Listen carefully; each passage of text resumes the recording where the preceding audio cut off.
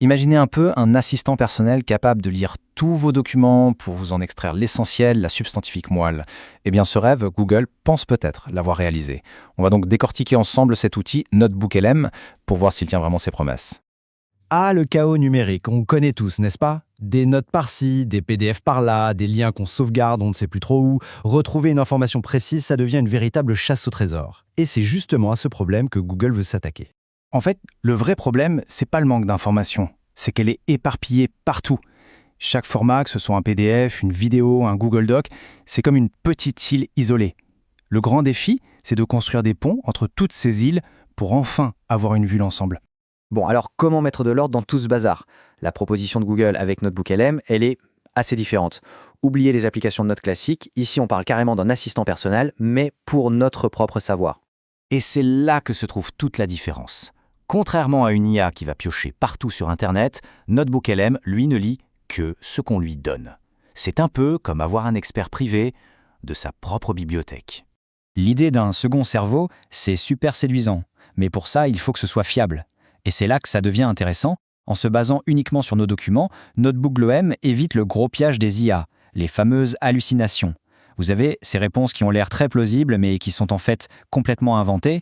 La distinction est donc très nette. D'un côté, on a un spécialiste de nos documents, précis et fiable. De l'autre, un grand créatif qui explore tout le web, capable du meilleur comme du pire. Le choix dépend vraiment de ce qu'on recherche, la rigueur absolue ou l'inspiration brute. Ok, mais en pratique, comment ça marche? Est-ce que c'est une usine à gaz à utiliser? Eh bien non, justement. La grande force de Notebook LM, c'est sa simplicité. Allez, on regarde le fonctionnement. Le processus est vraiment simple, en 3 temps. 1. On ajoute ses sources. 2. On pose des questions, comme dans un chat normal. Et 3. On reçoit des réponses, avec les sources citées. On ne fait plus que lire passivement, on dialogue avec ces documents. C'est une toute nouvelle manière d'interagir avec l'info. Alors, imaginez un peu, pour un seul projet, on peut charger jusqu'à 50 sources différentes. Prenez l'exemple d'un étudiant en pleine thèse. Il peut y mettre tous ses articles de recherche, ses notes, les retranscriptions de ses interviews. Tout est là, au même endroit, prêt à être interrogé. Et ça, c'est vraiment le point crucial, la confiance. Chaque réponse que donne l'IA est directement liée à un passage précis dans les documents.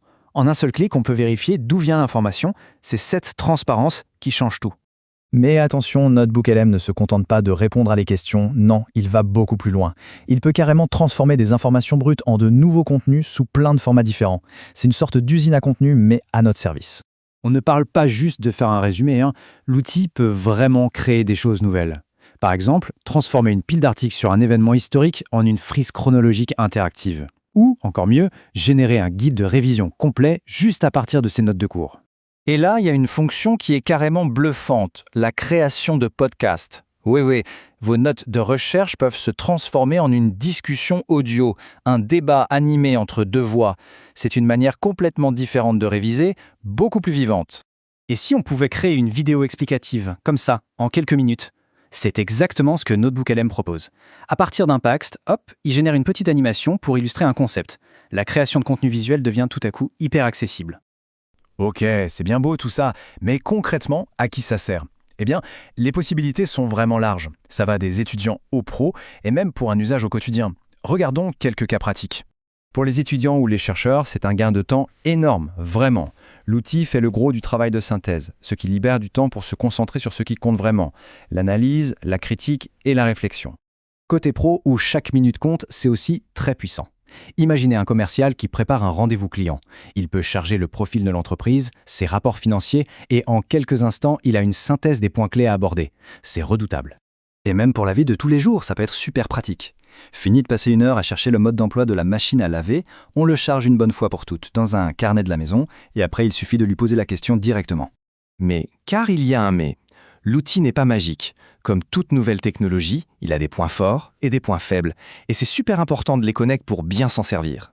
Pour faire simple, c'est un excellent assistant pour trouver et résumer l'info, mais ce n'est pas un bon analyste.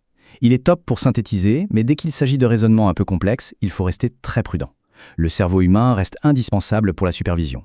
Ce commentaire d'un utilisateur résume parfaitement la situation. L'outil peut être brillant sur une réponse et complètement à côté de la plaque sur la suivante. Il n'est pas infaillible et c'est vraiment cette double facette qu'il faut avoir en tête. La conclusion, elle est donc assez simple, en fait. Il faut voir Notebook LM comme un copilote. Il est là pour aider à aller plus vite, à voir plus clair, mais au final, c'est bien nous qui tenons le volant et qui prenons les décisions. Et tout ça, ça nous amène à une question de fond. À mesure que ces seconds cerveaux artificiels deviennent plus performants, comment fait-on pour que notre premier cerveau, le nôtre, reste bien le patron? La clé, ce sera sans doute notre capacité à poser les bonnes questions et à garder notre esprit critique bien aiguisé. C'est un peu ça le grand défi de demain.